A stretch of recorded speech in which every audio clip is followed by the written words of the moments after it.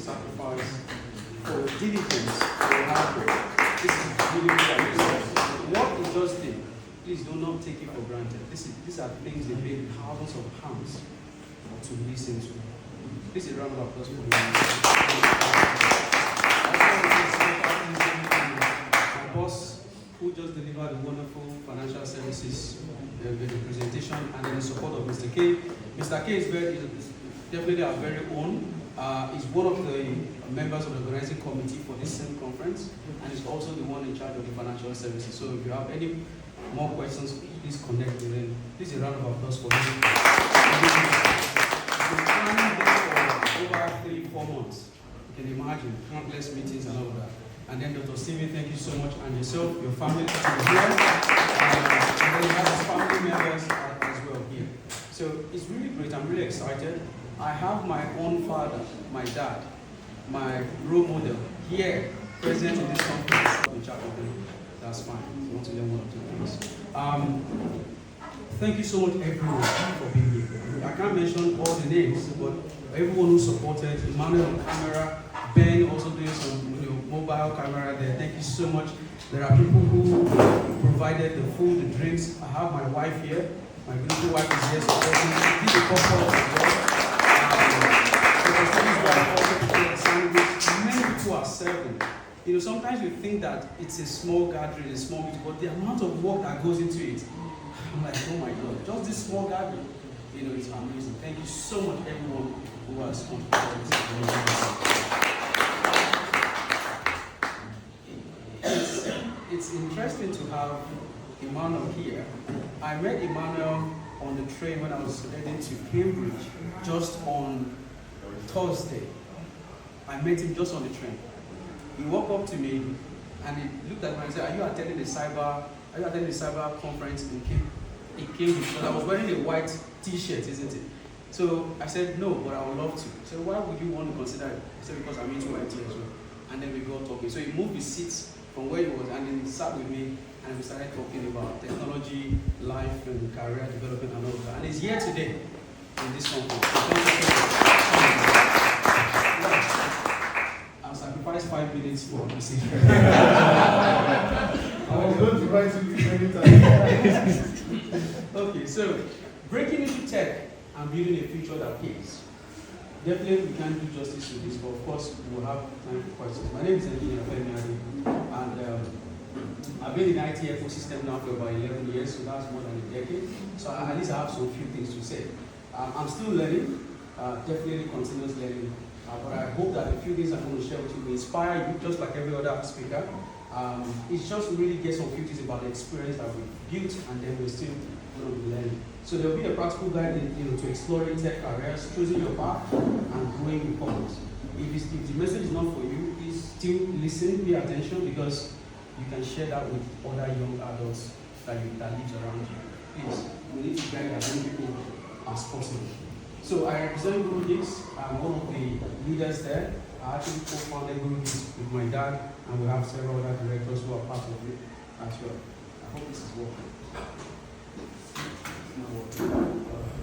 Especially when you're talking about tech. Thanks to them, mess you up. Okay, it's back. Alright. So in terms of my profile, I'm not doing this to boast. Whenever we share our profile, it's just to let you know that we didn't just emerge out of nothing, right? We're just trying to show you the journey. That's what all the speakers have been doing. Showing you the journey of diligence, hard work, commitment. Very, very important. So I started out my career professionally in the UK with BT, British Telecoms, where I served about 7 years there. I joined as a graduate, and then I worked my way up to I would say the top. I left as an architect. I started as a graduate. You can imagine that.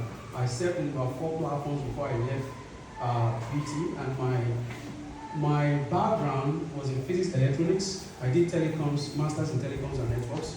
So the first organization I worked for was British Telecoms. So I think I found myself in the right place. Thank God for that. And I started to work as a network engineer. So I was behind several of the broadband Wi-Fi products, the Smart Hub 1, Smart Hub 2, and then I started supporting their legacy also. So I can go on to list different roles that I've been involved in at BT, but that was my time in the telecoms industry. I later moved on from telecoms to pharmaceutical, that's why I mentioned life science there, life science, healthcare, so I consult in this area. So I've built experience from networking down to product engineering, down to the low-level troubleshooting and all of that, Wi-Fi technologies, down to IT, automation, compliance, security, infrastructure management, down to system solution design, and then specialize in cloud, data, and AI. So when it comes to technology, I love technology so much. I'm not beyond ministry. I'm also a leader. I'm a member of Hope Church in Ipswich. I've been leading life group since 2017 with my wife. I run a fellowship. I've been doing, I get involved in lots of ministerial appointments where I preach the gospel.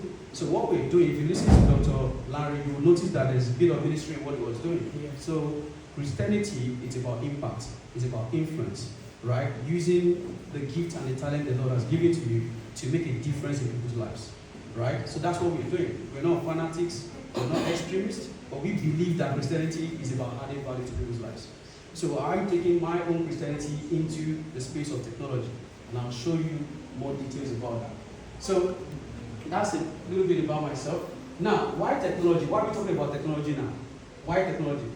1990s to 2000s, technology was more of support, right? It was more of hardware, physical, infrastructure, data centers, and all of that. So we hear a lot about networks, hardware, basic software, not that much back office call center in those days. And you can see the trajectory of how it has then evolved. So 2010s, up to 2010s, we started to see technology as an enabler for several things. We saw the emergence of social media, which is, of course, off the back of cloud technology. So if you hear the word cloud, we're going to use that a lot. Cloud is not talking about the sky, it's just talking about the virtual version of the physical data center that you're already familiar with. So when you go to some companies, you hear, our server room is downstairs. Have you heard something like that? Yeah. It's basically a private data center. So now what we've done is that there are public cloud service providers who have virtualized that. You can still interact with that physical environment without necessarily being there. So they call it cloud. And then you now pay as you go. Okay, that's what it means. So that era also it becomes an enabler for several disruptions in technology space. Now we start to hear about tech startup and all of that. Then 2020s, technology started to become even more as a business. So we started to hear artificial intelligence. So you can see the journey. Automation. Automation has been right from the time several years back, but what we do in automation today is completely different.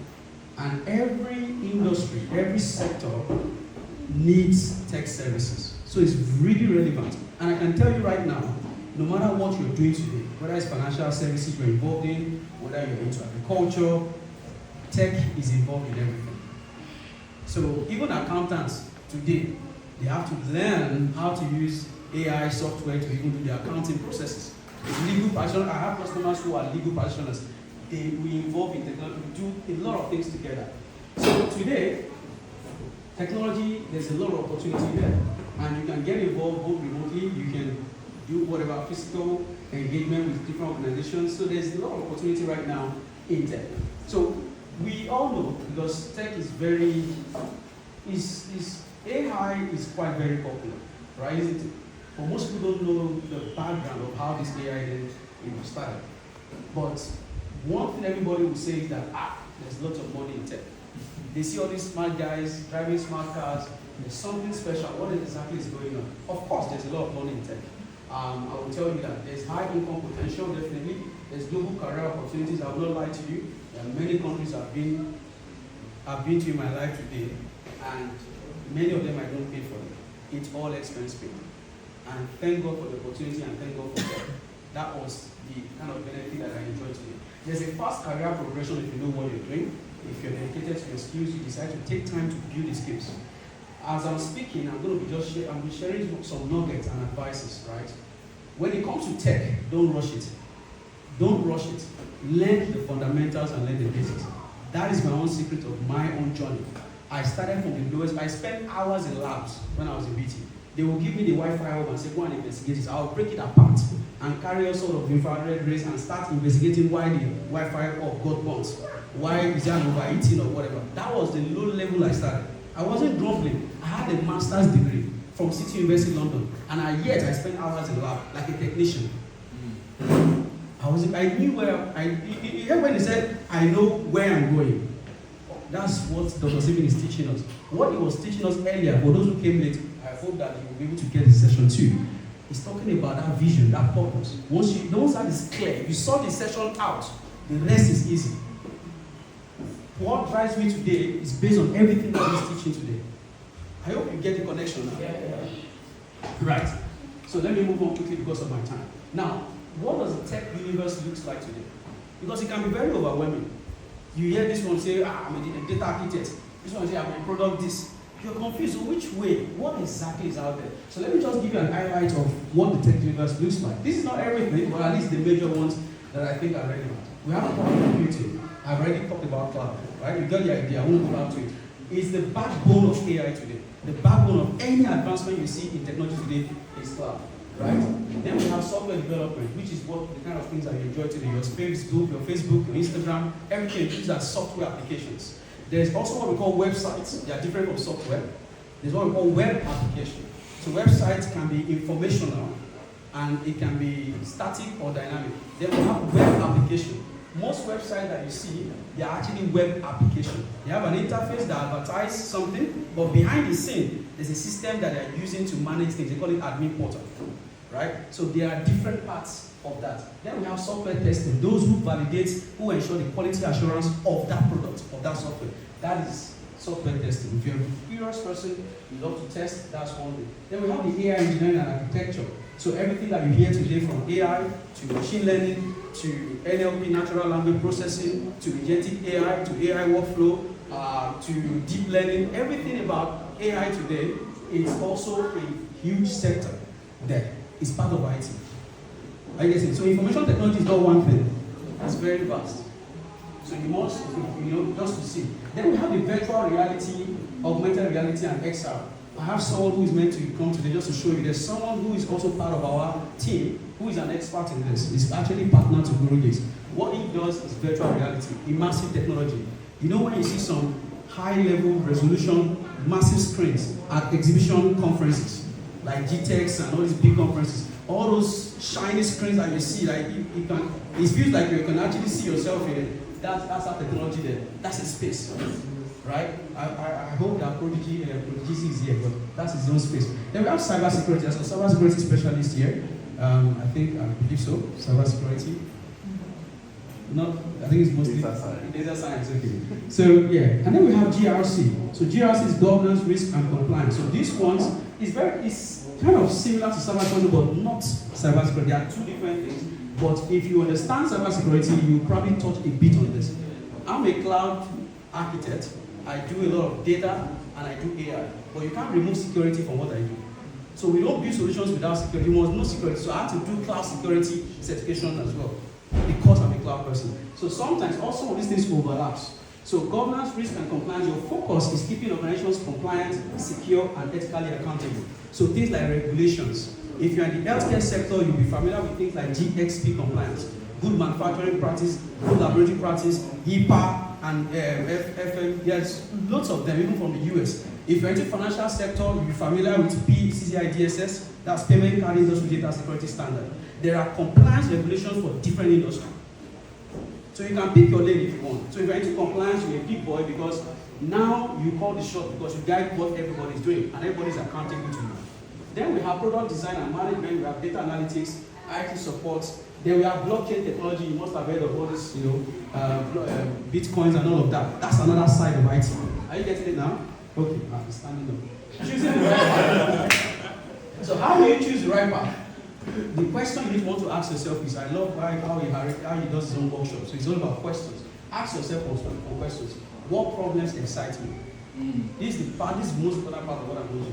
What problems excite you, right? Do you love solving logic puzzles? Design challenges or security? Ask yourself this, and then once you understand yourself, you can start to talk to mentors. Real mentors are like what you're saying. Do you like people or systems? You need to be able to separate it. There's people, there's IT that deals with people, there's IT that deals with systems. So you can know the difference because they're not really the same. So it's either you play with the people or play what. You can play both. I play both. If you like to manage, right? Then, hands-on. Do you like to be hands-on or you want to be strategic? If you can answer this, then we are getting close to choosing your career path. Are you getting it now? So what's the market demand? There's market, the demand is there for whatever you choose. This is a further guide now, all right? So if you love creativity,